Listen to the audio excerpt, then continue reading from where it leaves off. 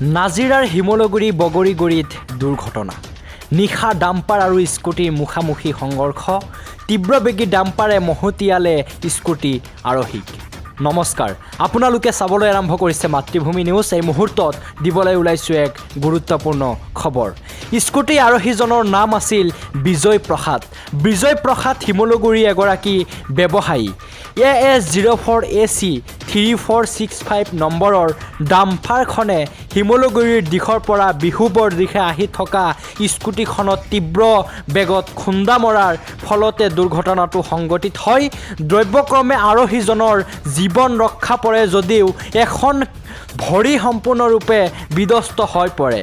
ঘটনাস্থলীত শিমলুগুৰি আৰক্ষী উপস্থিত হৈ স্কুটিৰ আৰোহীজনক চিকিৎসাৰ বাবে লিগৰি পুখুৰী স্থিত নাজিৰা অসামৰিক চিকিৎসালয়লৈ প্ৰেৰণ কৰে।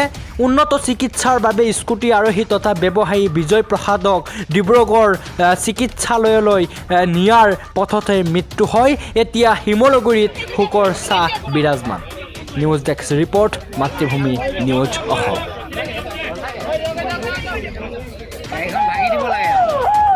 ঘটনা ইয়াত সংঘটিত হৈছে কিছু সময় পূৰ্বে, কি ক'বা? দুৰ্ঘটনা সংঘটিত হৈছে, আমি শুনাই পাইছোঁ। শুনা পাই লগালগ দৌৰি আহিছোঁ। মোৰ ঘৰৰ কিনাৰ মোৰ নিজৰ ভাইটি বুলি ক'ব পাৰোঁ। হয়, আমি ধৰ্মত কিবা এটা, কিন্তু মোৰ নিজৰ ভাইটি বুলিয়ে ক'ব পাৰোঁ। যি ভাগে আমাৰ এই ডাম্পাৰবিলাক জম যোৱা যেন লাগে, জম যেনেকৈ যায় তেনেকৈ ডাম্পাৰবিলাক চলে। তাৰ কোনো নথি পত্ৰ থকা এইবিলাক একো নাজানো, কিন্তু প্ৰশাসনে চাই নাচায় এইটো বিষয়ে আমি ইমান অৱগত নহয়। কিন্তু এক নম্বৰ কথা, অভাৰলোড লৈ যায় আৰু ইমান পিক আপত যায়।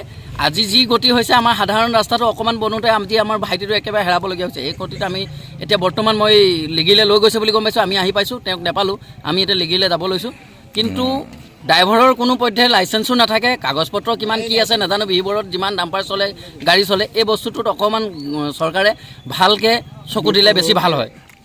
কি নাম আছিলে যিজন জখম হৈছে? বিজয় প্ৰসাদ বাৰ হয়। ক'ত ঘৰ তেওঁ? তেখেতৰ ঘৰ বিহুবৰ। তেখেতৰ ব্যৱসায় আছে, দোকান আছে শিমলুগুৰিত। শিমলুগুৰিত দোকান বন্ধ কৰি গৈ আছিলে চাগে দোকানৰ পৰা। আমি গম পাইহে জাষ্ট আহিছোঁ। ক'লৈ নিছে এতিয়া? এতিয়া বৰ্তমান আপোনাৰ লিগিৰিলৈ নিছে কৈ শুনিছোঁ। এই থানাৰ লিগি পুখুৰী চিকিৎসালয়লৈ লৈ গৈছে। বাকী আমি গৈ আছোঁ, চাওঁ কি হয় নহয়।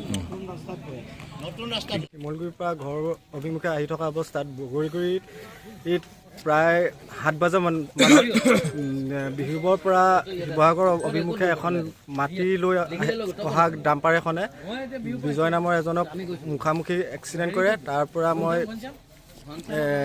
তেওঁক গাড়ীৰ ভিতৰৰ পৰা উলিয়াই আনো আৰু লগে এটা অতি দুখজনক ঘটনা যে এই মাহতে প্ৰায় 4টামান ডাম্পাৰ তলত সোমাই এক্সিডেণ্ট হৈছে।